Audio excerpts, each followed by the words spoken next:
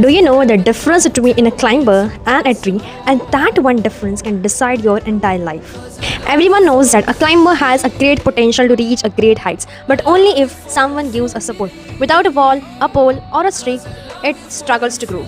But a tree is different. It grew from its root, it stands through storms, it survives in harsh seasons, and it keeps rising without of anyone's support. And many people be like a climbers, waiting for help, opportunities, or someone to believe in them first. But be the tree. Build your root so deep that your growth doesn't depend on someone else's support.